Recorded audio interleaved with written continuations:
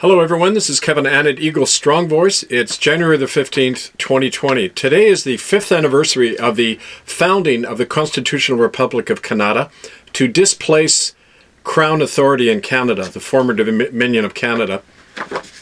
I have an important announcement today and a reflection for all of you Republican patriots and all citizens of Canada, future citizens of the Republic. Now, it was prompted by several emails to me saying, Kevin, what do you think of the visit of the royal couple, so-called royal couple to Canada, Prince Harry and his flame, who are coming to Canada once again at taxpayers' expense? There was a news item that said over $500,000 is going to be forked out by you, the taxpayers, so that Harry and his bride, or girlfriend, I can't remember what she is exactly, so that they can have security while they're in Canada.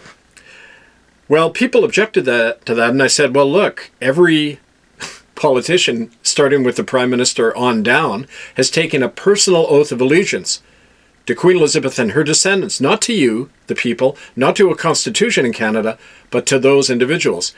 So when Justin Trudeau said, of course we're going to provide security at taxpayers' expense to the royal couple, he has to. He's their sworn agent. He can do nothing else. The oath of allegiance says, I swear true allegiance to Queen Elizabeth and her descendants. So he can't do anything else legally. That's why we have to abolish the oath of allegiance. That's the first step towards liberty. Now, of course, we're not going to do that unless the people establish it.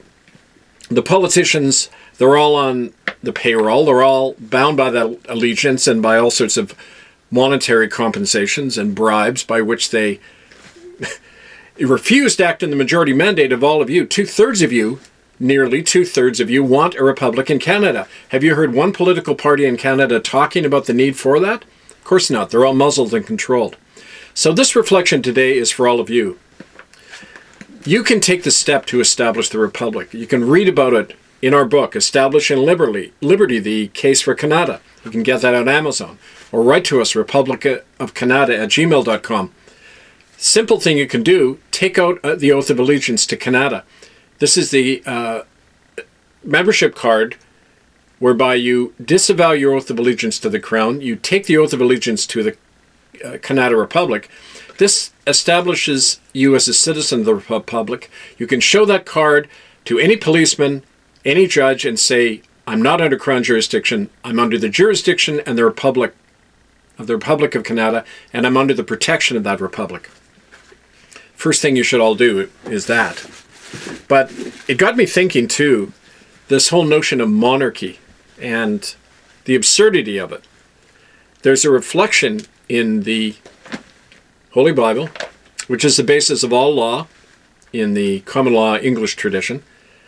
And if you go to 1 Samuel chapter 8, the prophet Samuel is lamenting to God. He's saying that I went to speak to the people about how God is their authority, and the people began to say to me, no, we want a king to rule over us like other nations. We don't want God to rule over us. We want a king. We want one person, human being who we can worship and revere and take an oath of allegiance to, whether it's a pope or a king or whoever.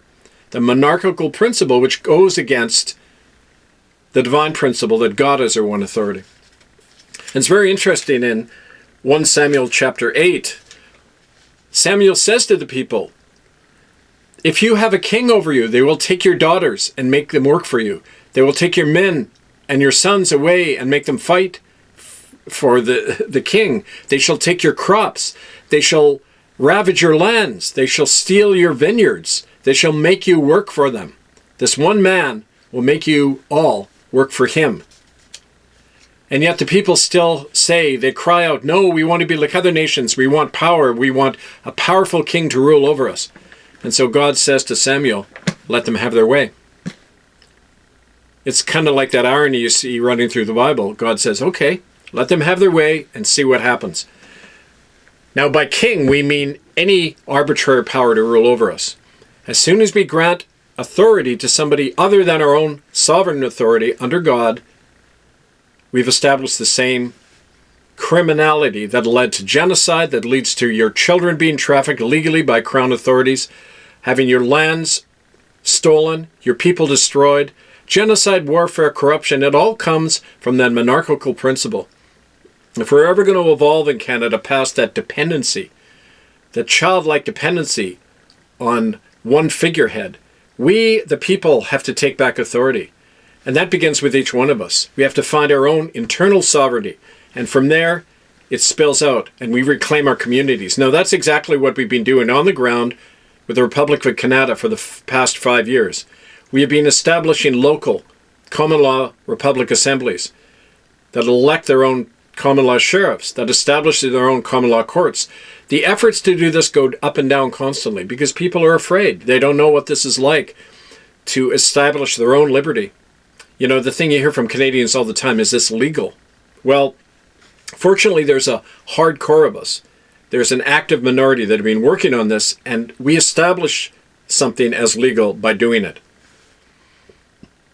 We've been doing that for over 5 years now, and it's beginning to get results.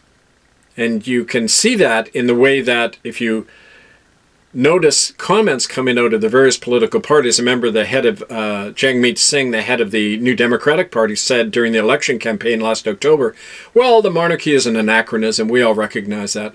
Okay, Jagmeet, well, all of you are saying that, but you're not walking the talk. You're just making these comments. But it's interesting those comments are happening more and more now, like what happened with our campaign to expose the genocidal institutions. They eventually had to co-opt the language and respond. The same is going to be true in all of this work of the Republic. We have to reclaim our nation by reclaiming our minds first. We're doing that all over Kanata. You need to get involved and establish this in your own community. So here's, again, what to do. Contact us, republicofcanada@gmail.com. Take the oath of allegiance, disavow the oath to the crown, and join or form a local Republican assembly, which can then revoke all tax money to the federal government. Keep the taxes in our community. Use it to rebuild our communities from the grass up. Those simple tasks, that's what we all need to do. Now stay tuned. On January 23rd, in just 8 days, we are going to have a global press conference to describe in more detail this and other aspects of how we stop these criminal institutions once and for all. Stay tuned for that. You can follow that at the postings under ITCCS updates and murderbydecree.com. But we'll have a global press conference that day to describe all of this. It'll be posted on YouTube and through the other systems that you're a part of if you're subscribing to our lists. Just write to us, republicofcanada@gmail.com, to get on that list. This is Kevin Annett, Eagle Strong Voice. Stay tuned. Stay strong. We'll get there. Thank you.